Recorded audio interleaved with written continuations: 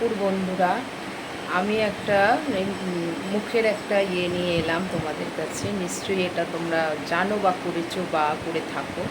তো মুখটা একটু ফেস ওয়াশ দিয়ে ধুয়ে নাও, ধুয়ে জল জল অবস্থায় এইটা তোমরা ইউজ করো। এটার মধ্যে বেসন আর টমেটো আছে। এটা দিয়ে তোমরা এইভাবে এইভাবে মুখে মাখো, এইভাবে মুখে মাখো।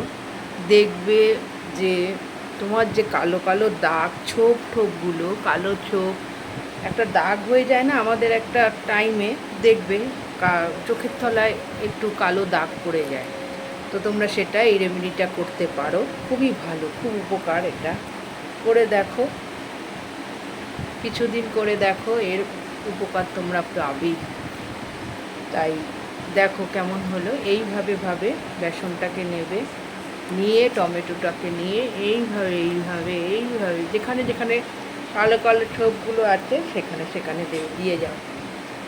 তো আস্তে আস্তে দেখবে এটা একদম, বেশ কিছুদিন, সপ্তাহে 3 দিন করো, 3 দিন করো, দেখবে আস্তে আস্তে এটা চলে যাবে। এইভাবে এইভাবে করতে পারো তোমরা।